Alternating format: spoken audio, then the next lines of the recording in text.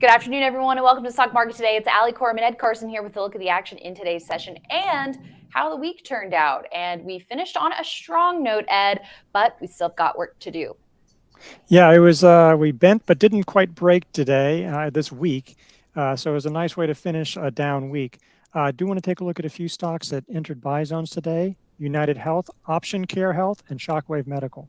All right, we'll do that. But first, let's take a look at the major indexes. So today we had the NASDAQ up about 1.8%, the S&P 500 up 1.9%, and the Dow leading the way up 2.2% today. So again, strong gains across the board here today, but we have to put that into perspective. We can't just take one day out of context. Yeah, the mark of the week started off, we hit resistance. We're at the 50-day line and the 10-week line.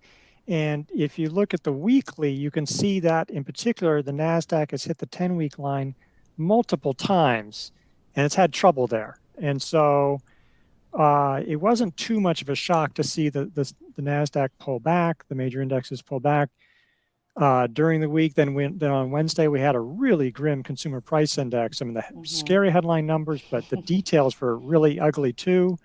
So, but we bent. But we didn't. We came well off lows. And then Thursday, there was some other news, more economic data that was headline inflation. But again, came off lows. The NASDAQ actually closed just barely higher that day. So there was some resilience there. You never know. Sometimes you can be resilient and then collapse.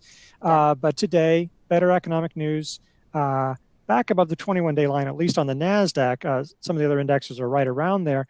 But we're right back towards the 50-day line. And 10-week line, it's like an adventure, like a movie where it's like there's all this madcap stuff, and then you end up exactly where you started. So that's something. I mean, we're not right at the 50-day, not right at the 10-week line, but I think you'd like to see the NASDAQ not only get above the 50-day and 10-week line, but get above the highs from the prior week.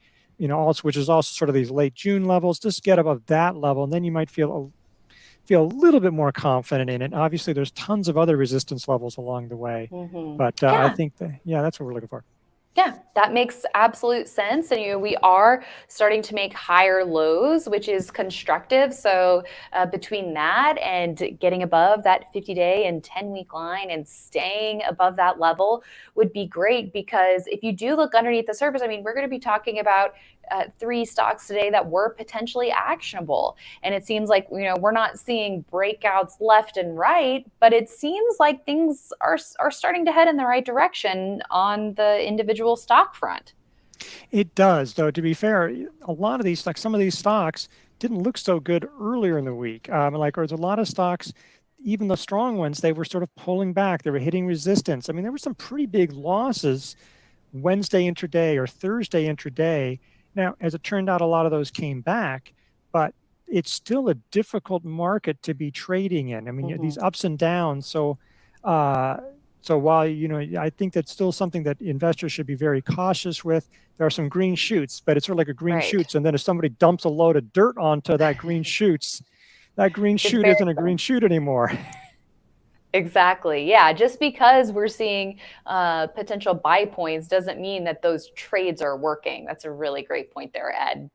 And moving on to the S&P 500, let's see here, getting back to its 21-day line, as you mentioned, and the Dow, which led today back above that level too, but still has those recent highs as short-term hurdles to clear, in addition to that 50-day line. And a quick look at the Russell 2000 here, also showing strength today, but just getting right to its 21-day line. And let's also take a look at the 10-year Treasury yield, because some volatile-ish, interesting action here in recent weeks for the 10-year yield, coming off from very high levels, rebounding, then fading again. So what kind of signals can we derive from the action here that we're seeing with the 10-year yield, and talk about the inverted yield curve and all of that? What should investors take from that? Yeah, there's a lot of things going on. This actually looks pretty quiet week. I mean, it didn't feel like a quiet week. I mean, big swings, smaller than the prior week, but Yeah, the 10-year Treasury yield came down quite a bit. That's a reflection of the recession risk, the concern that the Fed is going to basically have to push the economy into recession in order to get inflation under control. Meanwhile, the 2-year yield rose this week, I think, to about 3.12. So, it's getting to be fairly inverted. The 1-year yield, which we don't have, it's like that one. That one for a while was above the 2-year yield. It's well above the 10-year yield. So, just signs that those are reflecting more of what the Fed is going to do, whereas the 10 years a little bit more about the economy. So when it's inverted, that's a negative signal. Usually, we like to see yields rise higher as the length, the duration goes up. So we'll have to see about that. I mean, it's just a signal. It does show you how difficult it is. Oh, whenever we get good news on inflation, is that because the economy is slowing down? Is that good news? That's part of why it makes it so hard to navigate. The market doesn't quite know how to deal with it, doesn't even really know what it wants, with the economic news, because there's not necessarily any great options right now. Mm-hmm. Thanks for that, Ed. Okay, let's move on and take a look at some sectors, starting off with USO. This is a proxy for oil. So it did come up about 1.2% on Friday, and for the week, taking a pretty big hit, down 6%. Yeah, I mean, it's basically erasing a lot of the gains we've had for months now.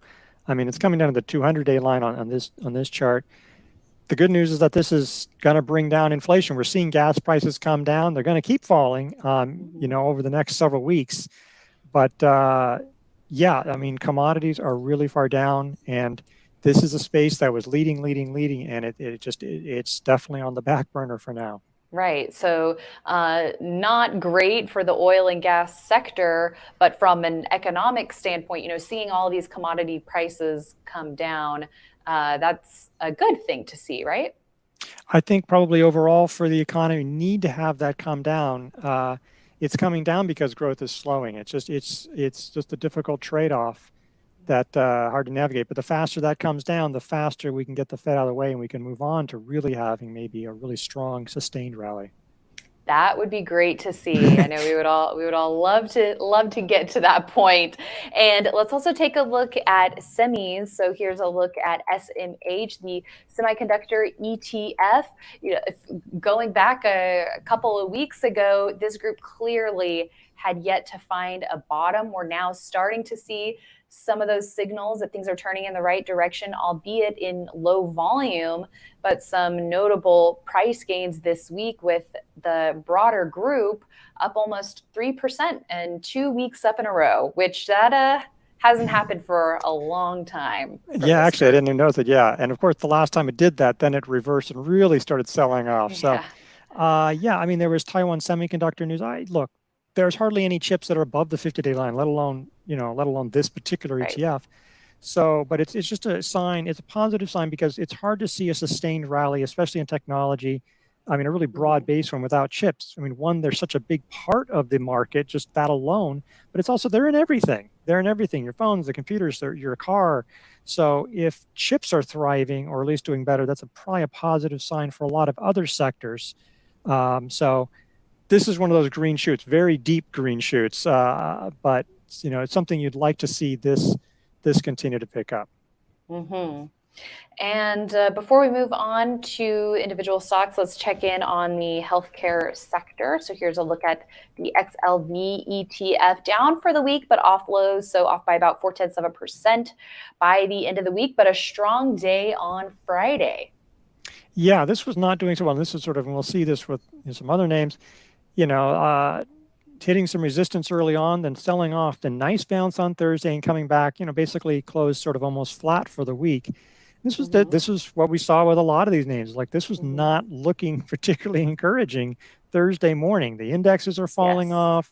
The leading group is now struggling, sort of undercutting some very short-term lows. So very positive reaction from Thursday's lows overall. But yeah, very nice to see. But this is this kind of thing. It's a shakeout, and it shook people out probably for good reason. But hopefully this is a positive sign going forward. Yeah, so this is the broader healthcare sector, and then within healthcare, we've been focusing a lot. I mean, all sorts of industry groups. We have UNH and managed care, so a great reaction to the earnings report there. And let's turn our attention to that. Great segue there, huh? That's right. So let's take a look at UNH. Up over 5% today in strong volume on that earnings report, which showed accelerating bottom line growth, a slight dip in the revenue growth, but still at 13%, which is pretty strong for UNH. Yeah, it's pretty healthy. This is not one that's going to deliver, consistently triple-digit growth or anything, but nice, solid growth. It really rebounded here. Look, it had been falling off during the week, and Thursday it wasn't looking good. Leaderboard cut this because they were taking a loss and heading into earnings, and you just don't know. But what Leaderboard did is they bought it back today because now it was setting, now it was showing positive signs. That risk was out of the way. It's really worth taking that. With that risk off the table, it's worth paying a higher price. Nice action, solid volume. The RS line is at new highs. So really positive to see this, not just for this, but for it boosted several other health insurers, pushed them into buy zone. So it was a really positive report in that regard. So Centene, ticker CNC being one. What couple of others should we have our eye on? Humana definitely went above. Cigna was right around the edge of a buy zone, and of coming back right there. So yeah, I think so. It's nice move all around for the group. This is one reason earnings were really important too. While we talk about the economic news, like some bank earnings were bad early in the week, then they were good later in the week. At the end of the week, Taiwan Semi and UnitedHealth were big factors here late in the week, helping to support the market. So earnings season is going to heat up, and that's going to be a big deal going forward. It really is. And sticking with the healthcare theme, let's take a look at OPCH, a pretty new name to some in our audience, at least for me. This is in the medical services group, but a strong move here today. This is another one that we covered on IBD Live this morning. Ended up with a gain of almost 8% in today's trading session. Strong volume. And if we look at this handle pullback here, how quiet that volume was, which was really great. And so not only did it clear this handle area, but also got above the $31 mark. Yeah, and that handle area, which was technically not a handle because it needed one more day. Yeah. So, but we're treating it as a handle because you want to try to get some fairly early entries, and this was bouncing off the 50-day line and getting above that. So that was probably the best place to buy it, but it also got above that. It's still in range of both. You can see that RS line, but that RS line has been hitting new highs for weeks, really. So that's strong. And if you look at the fundamentals, it's recently turned profitable. I mean, it was profitable last year. It turned profitable like Q2 of last year. The sales growth accelerated the past couple of quarters. So there's a lot of positives on this one. It does infusion treatment services. A lot of it's at home. So it's got pretty solid growth fundamentals as well. I would say the one thing with this stock is it does like to form a lot of bases along its run and pauses to form another base shortly after breaking out. So could this be a change for the stock? Because it doesn't report earnings for a week and a half or so. Was there news associated with this today, Ed? I did not see it, and I'm so sorry if we didn't see it earlier, and I haven't seen it since. That's a good point. This could be a star stopper, so that's one reason why we like early entry, just that situation. I don't know if last year was a reflection of the market, because having been some choppy nature, because you can see how the relative strength line didn't really fall too much, so the market was probably going sideways at times late last year. So we'll see if that stair stepper sticks with it. It very well may be. I mean, or if its personality changes. Stocks' personalities can change. That's right. So we'll have to see. And last but not least, another one in the medical sector, this one in the systems equipment group, SHOCKWAVE, breaking out of a trend line here on the weekly chart, up 3% for the week. Let's go on over to the daily chart. So a strong day on Friday, up 5%. This one did lack volume, but had a low volume pullback to the 21-day line and a reversal off of that level. But today's price gain definitely caught our attention. Yeah, it was very nice price gain. that was a not quite handle on a daily chart, sort of like that, but needed one more day, didn't get it. And it didn't show up at all on a weekly, but that combination of that and the trend line from a long area definitely seemed like it's actionable. Low volume wasn't great. I mean, let's face it, that was not positive. You'd like to see at least something at least close to average volume. So that is an issue. It's got tremendous growth. And the RS line, that's really amazing. It's quite a ways off still of its highs. And that's 16%. RS line. Yeah. And it's at record highs, and it's comfortably above the prior high. So RS line very strong, really powerful EPS growth that's happening, just turning profitable. So, and you look at that triple-digit sales growth. There's a lot to like about this one. This is not defensive growth. That PE ratio of 259 is a little different from UnitedHealth. Yeah. But the whole medical sector, you can find a whole range of things from defensive names to almost speculative. But this is doing very well. Yeah. So this is a pretty growthy kind of stock, Ed. I mean, are growth stocks going to start working now? I mean, that's the tricky thing. I mean, some stocks, that's when I think if we can go sideways, some stocks will work. I mean, if it's not this brutal sell-off, but it's really too hard to tell. You can see how this stock was down. I mean, look, if you back on Thursday, it was down a fair amount this week. Not terribly, and it wouldn't have been the worst thing to have a shakeout week. But Wednesday, Thursday, it was testing these levels. It was going to be a down week. So you just have to be careful. You can't think, well, it's midweek or midday. The stock is down a lot, but I'm going to be fine because it's going to bounce. Did this week, but may not next week. All right. Well, now that we've looked at a couple of stocks and given the IBD perspective on the state of the market, what do you think the battle plan should be for investors as they prepare for another week ahead, Ed? As you said, earnings season is now really ramping up. Yeah, and so really pay attention, especially those first ones, if they're not just your holdings, but rivals or suppliers or customers. Because if you own Centene, that was important today with UnitedHealth. So that's the kind of thing, especially these first week or two.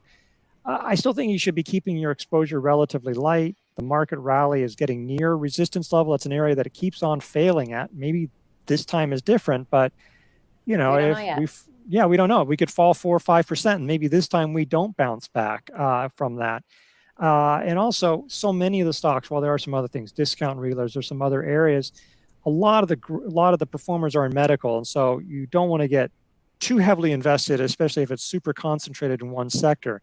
It's working right now, but that carries a lot of risk too. So just keep that in mind. But it's still. There's a lot there. Those are the caveats. I would say, like, you should be looking closely on your building up watch lists, because there are some interesting things. If the market shows a little more strength, then all of a sudden you might start feeling a little bit more encouraged about the sustainability of this rally. Right. And if you have been dabbling, make sure you're focused on those early entries, as you were saying earlier in the show, Ed, and going with that light exposure and making sure you're not letting those losses get out of hand. So that way we can be mentally prepared and our portfolios are at the ready for when we do see that meaningful turn in the market. So we don't know when that'll come, but we're going to be watching every day to continue to look for those green shoots and other clues and subtle signs. Yeah, that's what we're all going to be doing this weekend and early next week. Yes. All right. Well, thank you, Ed. And thanks so much, everyone, for watching. Coming up at 5 p.m. Eastern, I'm having Stock Tales with Eric Kroll. He's co-author of The Life Cycle Trade. He's been a guest on IBD Live and the podcast a couple of times. And looking forward to chatting with him about his thoughts on the market action this week. But more importantly, he's really focused on finding those big movers that are early on in their life cycle. So we'll talk to him about what we should be looking for now to uncover those next potential big winners. So make sure you tune into my YouTube channel for that at 5 p.m. Eastern. I'll also be posting link. I already posted the link on my Twitter feed, but I'll be tweeting that out again. So make sure you watch. It's going to be a fun discussion. And if you can't catch it live, you can watch it on my YouTube channel over the weekend. Hey, maybe tomorrow morning while you're drinking your morning coffee.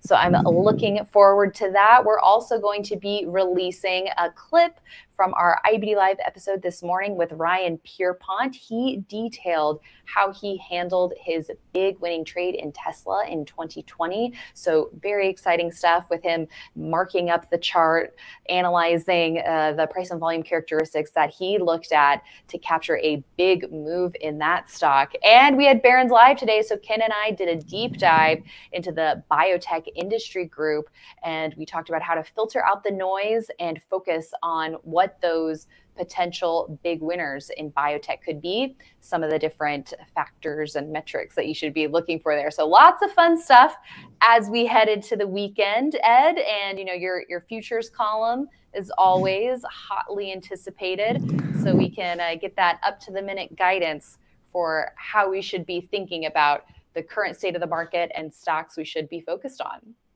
That sounds great. All right. Thanks, Ed, and thanks everyone for watching. We'll see you back here next week.